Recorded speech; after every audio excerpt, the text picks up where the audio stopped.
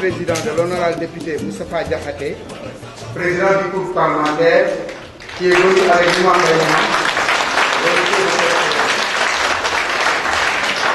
Moustapha qui est parlementaire, mais je pense aussi qu'il est citoyen avant d'être parlementaire, qui est toujours à l'avant-garde des différents combats qui nous ont menés vraiment à ces changements.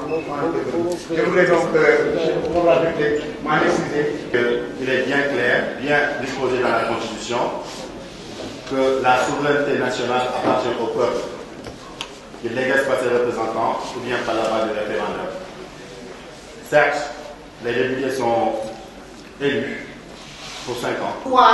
De leur donner des orientations de vote, vous n'avez plus le droit d'abréger leur mandat, vous n'avez pas le droit de leur imposer des consignes de vote. Et vous êtes mis dans une situation aussi impossible pour remettre en cause les lois qui ont été votées. C'est une technique pour les choisir.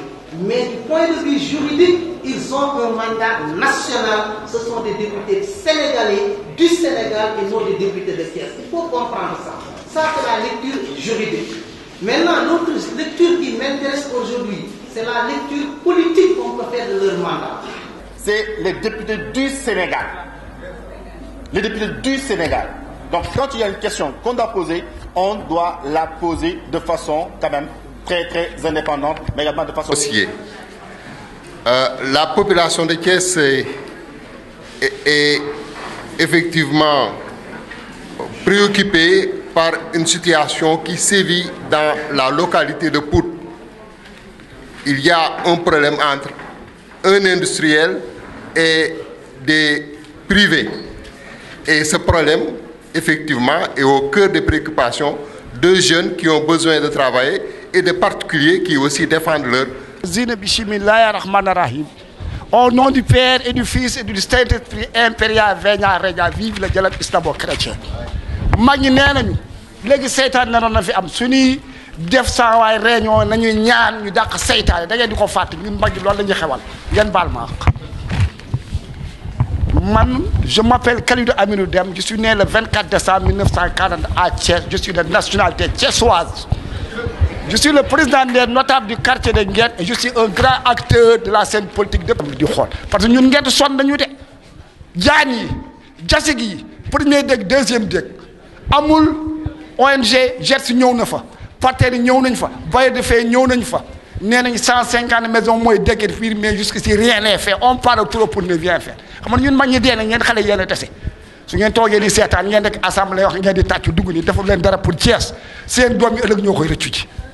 ñu ne comme que noonu la on est Thiessois comme ñun dañu dagg suñu yos ñu dagg ko nekk fa ba 2006 ne dans 2004 préfet bi fi ne actuellement gouverneur recensé la partie bi nga doon wax ne gars yi dañ ko doon dagg ñu jox leen ay kayit bon bi ñu joxee kayit en 2006 en 2007 depuis 2006 ay novembre yooyu ñu commencé glisser ay lettres d'attribution ci suñuy parcelle foo xam ne ça n'a pas été recensé donc ñun li tax ñu koy wax mooy bu doon forêt la kon duñ ko indi fii mais comme que forêt la ba pare ñuy dugal foofu ay kayit d'attribution suñuy kaw ay peine on s'est dit que maintenant bon. Vous aviez à défendre certains dossiers des habitants de Thiès, étudiants, fonctionnaires, les zones d'inondation, pour n'en citer que ceux. Quelle est maintenant la suite dont vous donnez donc à tous ces dossiers? Je vous remercie.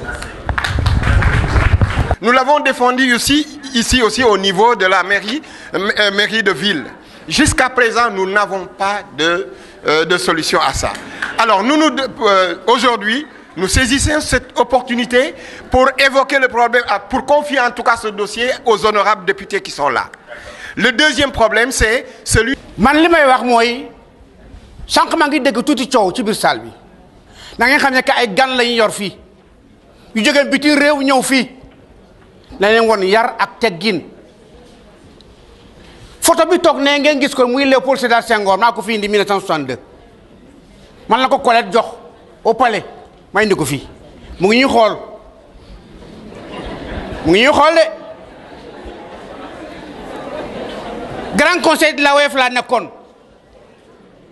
Que l'État aille dans le sens de la généralisation de l'éducation inclusive. La troisième, c'est l'érection de l'INEFJA en centre de ressources Parce que nous considérons que pour parvenir à une éducation inclusive, il faudrait nécessairement des ressources capables donc d'alimenter donc ces écoles-là. La troisième, c'est la valorisation et la reconnaissance des diplômes issus des formations. Comme vous le savez, il y a beaucoup de problèmes dans nos écoles, particulièrement les grèves. Comment comptez-vous s'y prendre pour nous qui sommes les futurs? Et refuser de voter les lois scélérates. Je voudrais terminer également par ajouter qu'il est dit dans la Constitution que tout député qui transime, qui quitte un parti, il perd son mandat. Il faudrait également prévoir des dispositions que tout député qui vote une loi scélérate également doit perdre son mandat. Je vous remercie. Économique ou autre doit passer à l'Assemblée nationale, qu'il puisse y avoir un débat à l'interne pour qu'au moins que les populations sachent l'enjeu de cette loi qui doit passer et qu'ils puissent poser un certain nombre de questions par rapport aux députés qui les représentent. Osiva, je vous félicite pour votre travail remarquable. Mais je crois qu'il serait encore intéressant. N'oubliez pas qu'il n'y a que 20% de Sénégalais qui sont venus augmenter ses cotisations, ses inscriptions. Def ko fanweeri junni. Ñun parents de élèves yi de bañ nañu. Lank nañu mënuñu ko. Ndax déjà li ñu yoré ci kër yi rek daf noo sonal. Juróomi doom weer wu ne doom bu ne bu école li ubbi nga fayal ko ñaari junni. Dans l'enseignement moyen secondaire, ñu xëy ni mani 40% yooyu ñu dugal ci école bi nañ ko yaxanal. Mais Bourgi, comment il s'appelle? Abbas Jaber, il a fait ses preuves ici. Dañu ne chemin de fer, c'est une question d'ordre national.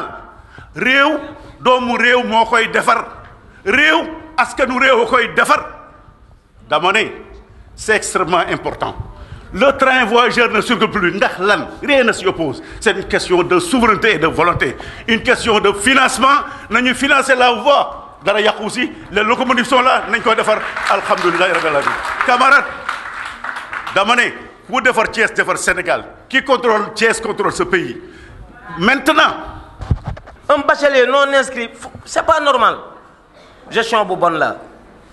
Troisième chose, Assemblée nationale récemment ñi ngi wax ci affaire homosexualité ci dëkk Cheikh Ahmed Bamba, Seydi Hadji Malick et autres. Il y a des choses yoo xamante ni député yi laa koy adressé bala ñuy jógati di jël yenn information yi ñu koy naan ay dañ koy voté ak duñ ko voté ak yooyu war nañ toog ñoom. moo tax liggéeyu député ñu bëri dañu foog na rek li ngay wax télévision ñu lay gis lool la déedéet mais lu bëri da ngay dox di wax di topp. La corruption. I've visited other parts of Africa, but this is my first time in Western Africa and first time to visit your lovely country. So I want to congratulate you on this very important occasion for this open dialogue with your parliamentarians. Je voudrais vous féliciter pour ce dialogue ouvert avec les parlementaires. C'est mon premier voyage. Non, lañuy taxawé. Lolu li ñuy wax ni taxul ñu né non ñi ngi régler non parce que rôle député amna ko fi wax légui moy jéma xol jafé-jafé askan wi pour dem yobbu ko ci kaw lolu la Tata Garmi wax légui mais aussi le contrôle de l'exécutif lolu muy ay rupture yo xamanteni ñi ngi koy xaar ci ñun président Moustapha Diakhaté ku ko dégg tous les jours day wax né amna lo xamné tambali dañ ko mais li gëna am solo defaguñ ko parce que population yi li ñuy xaar ci ñun moom mooy ko amul ku koy gunge amul ay ressources humaines yu koy gunge Diakhaté mii wax nu mu tudd wax na ne il était assistant parlementaire waaye dañuy wut quelques assistants parlementaires pour tout le parlement. moo am ci yim ci sànni complété président voilà président Moustapha Diakhaté moom ñu ci sànni ci kaddu ñu ñëwaat ci askan wi delloo askan wi seen kaddu ñoom question ñu posé question yi nga xam ne posé nañ ko fii am na ay tontu buñ ci del ci waat nañ kin wax question yu bees loolu lay ñaan jërëjëf président yaay kaddu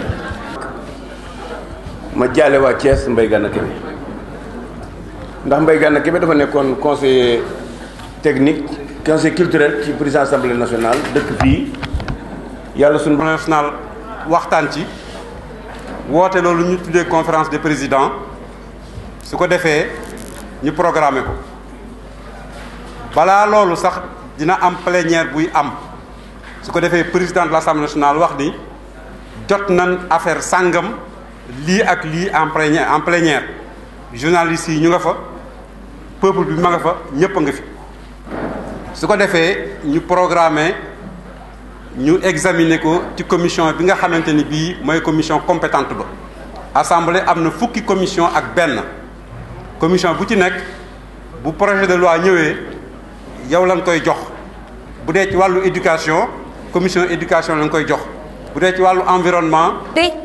ba jigéen def jigéen loo xam ne ci Sénégal ñëpp gis ko mu métti ñëpp ci dégguñu benn jigéen wax ci ñu ne kon ñiy wax violence faite aux femmes léegi jigéen moo koy def moroomam bu njëkk ba góor moo ko doon def jigéen association yi di wax ñëpp di wax waaye léegi ne jigéen mooy def moroomu jigéenam violence faite aux femmes kon ñi nga xam ne ñoo nekk assemblée nationale Imam Mbaye Niang ak yéen ñëpp ñu ngi leen di ñaan bu ngeen demee assemblée na ngeen wax ni Sénégal mérité wul xale. mën naa indi musiba léeg-léeg loi bu ñu leen di voté wuñ leen pour ñi nga xam ne ñoo tax ñoo toog tey mais dañ leen di voté sur la base d'un projet de société et d'un type d'homme pour ici 25 ans li baaxul woon ñu defar ko tey looloo tax moo tax may première question bi Imam Mbaye Niang laa koy laaj Imam Mbaye Niang ce n'est pas le député mais c'est l'imam.